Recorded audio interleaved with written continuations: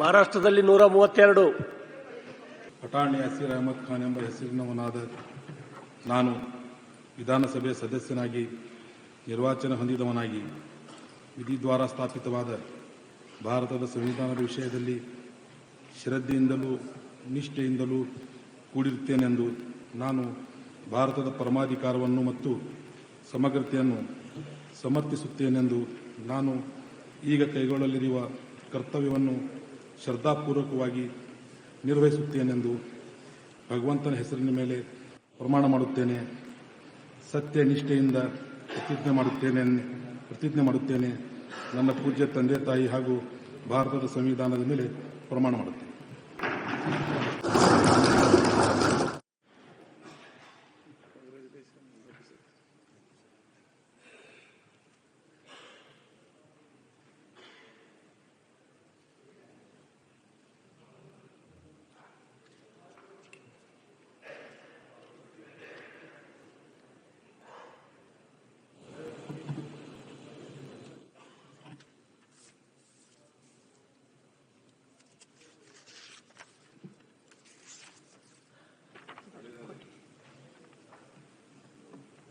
ಮಹಾರಾಷ್ಟ್ರದಲ್ಲಿ 132.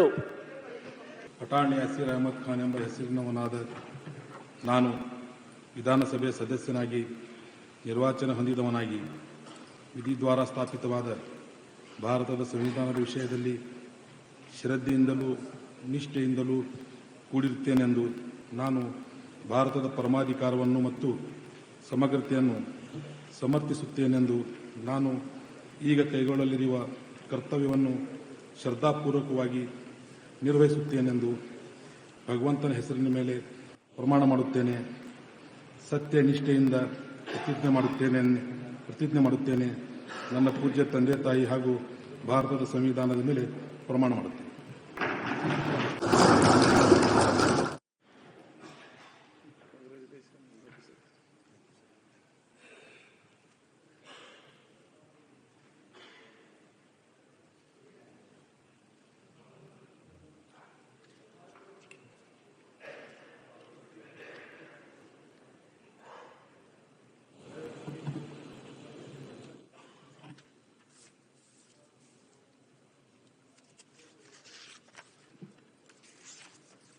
ಪಠಾಣ್ ಯಾಸೀರ್ ಅಹಮದ್ ಖಾನ್ ಎಂಬ ಹೆಸರಿನವನಾದ ನಾನು ವಿಧಾನಸಭೆ ಸದಸ್ಯನಾಗಿ ನಿರ್ವಾಚನ ಹೊಂದಿದವನಾಗಿ ವಿಧಿದ್ವಾರ ಸ್ಥಾಪಿತವಾದ ಭಾರತದ ಸಂವಿಧಾನದ ವಿಷಯದಲ್ಲಿ ಶ್ರದ್ಧೆಯಿಂದಲೂ ನಿಷ್ಠೆಯಿಂದಲೂ ಕೂಡಿರುತ್ತೇನೆಂದು ನಾನು ಭಾರತದ ಪರಮಾಧಿಕಾರವನ್ನು ಮತ್ತು ಸಮಗ್ರತೆಯನ್ನು ಸಮರ್ಥಿಸುತ್ತೇನೆಂದು ನಾನು ಈಗ ಕೈಗೊಳ್ಳಲಿರುವ ಕರ್ತವ್ಯವನ್ನು ಶ್ರದ್ಧಾಪೂರ್ವಕವಾಗಿ ನಿರ್ವಹಿಸುತ್ತೇನೆಂದು ಭಗವಂತನ ಹೆಸರಿನ ಮೇಲೆ ಪ್ರಮಾಣ ಮಾಡುತ್ತೇನೆ.